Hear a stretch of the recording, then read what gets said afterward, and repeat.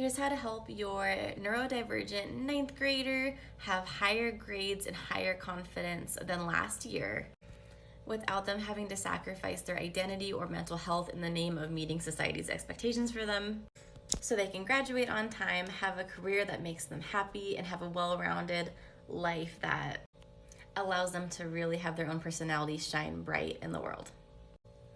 I've helped hundreds of students raise multiple letter grades in the course of a semester, even alongside learning disabilities and learning disorders, and even if undiagnosed. As an elementary schooler, I had a lot of undiagnosed learning disabilities, learning disorders, and physical disabilities, and it meant that I was often misunderstood, labeled, and I felt often judged by the school system. I had bad grades, and one time even a teacher said that I blew a test, and it was a test that I had really tried my hardest on, but because my brain just didn't work the way the test was set up, I failed it, and my confidence was so low after my teacher said that, and I was so discouraged because I was spending hours on homework. I was crying every single night because of homework. And it really didn't change until I learned how to lean into my learning strengths and the way my brain was wired. And crazily enough, is that even a word? I went on to have the highest GPA in my high school class of 400 for 4 years in a row. I think a couple of years I tied with a few students. And I know you're thinking like, oh, that's a weird flex for an adult woman to be talking about. But it's not about the fact that I accomplished it. It's about the point that your kid, alongside learning, unique learning needs, can also accomplish such great things. I even was able to graduate with over a semester of college credit, and I got my master's degree in education in my early 20s, which was several years sooner than a lot of people end up getting theirs, which again which goes to show that if you understand your own learning style and know the tools to help you comprehend to the best of your ability, then you can really shine and also just not be as stressed throughout your school journey, I should say. Not only was I a student with those learning disorders, but I also am a homeschool mom now to a neurodivergent kiddo. Plus, I've been in the education field for over 12 years. And I've been in almost every kind of classroom, learning centers, special education, classroom with kids with different emotional and behavioral needs. I feel like I've really done everything, even English language learners. So I have a really broad understanding of this field and of your students' needs, especially once I would get to know your student more. But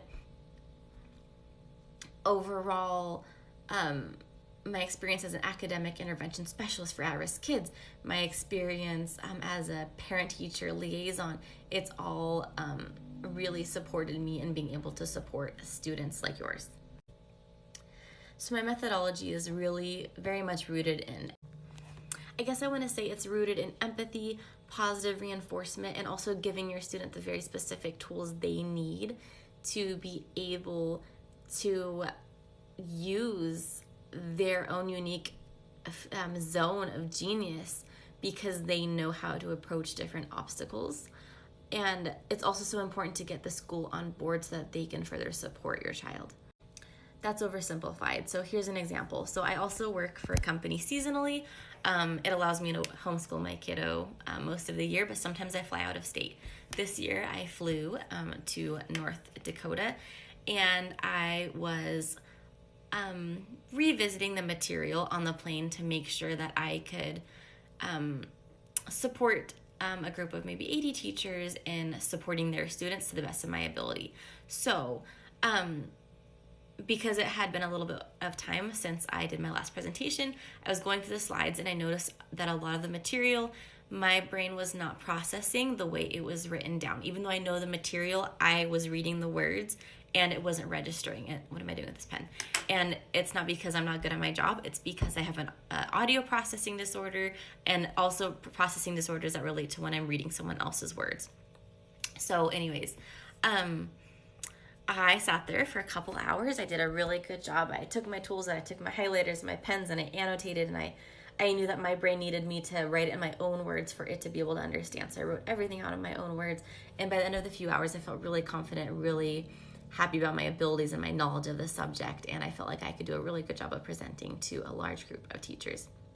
But it had me thinking, remembering the time when I was in the classroom as an elementary student and I didn't know how to support my brain.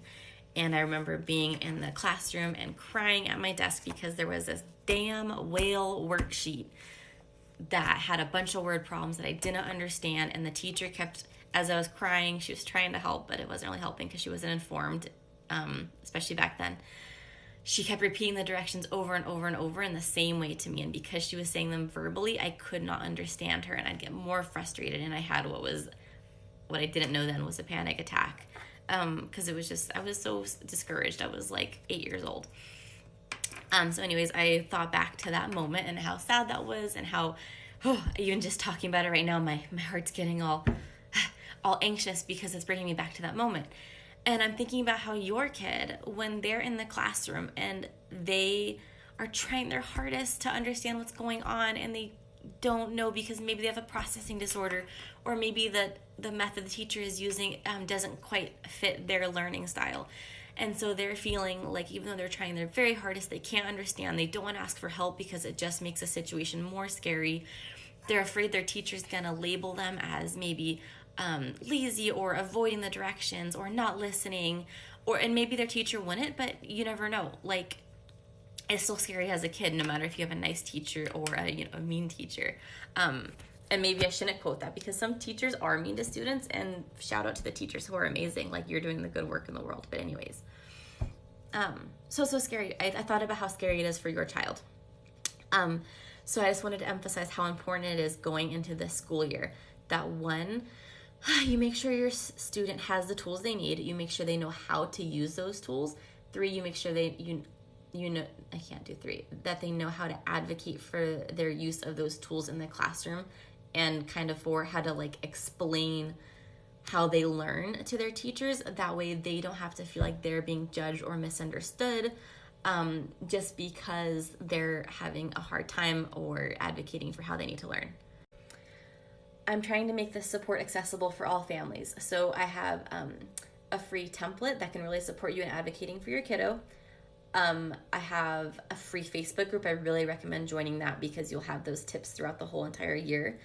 And I also have a paid program. So all 3, the information about all 3 will be in the caption. The paid program, this is where it's basically done for you support. Now, done for you doesn't mean that you're out of the loop. I keep you updated constantly with your kids' progress, emotionally, academically, with everything. You're looped in all of the emails. It's just that you don't have to sit there after work or after you've had a long day and type up all the messages and deal with the school and contact the teachers and, try to figure out like the same language that the teachers are using. But oversimplified, I basically do one-on-one support. I work with you, your child, and the child's school.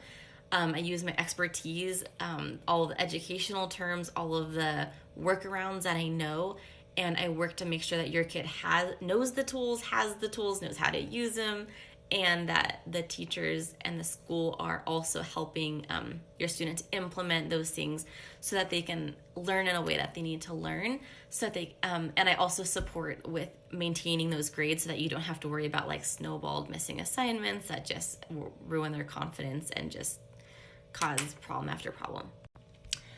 It's more nuanced because, of course, since it's one-on-one work, it's going to be fully customized to fit your family's needs. But what I can assure you is that during those 4 weeks in that program, I am going to treat your student with the same empathy and respect and care that I would want my child treated, because every child is the same level of importance in my brain. And so you can rest assured that I am going to have full compassion and care for them the best of my ability in the scope of that education for them. I'm opening 10 spots for the one-on-one work for that paid program. So check out the caption to figure out how to get the free group, the free template, and also how to ask me questions about that program if you are interested. There's so much hope for your kid.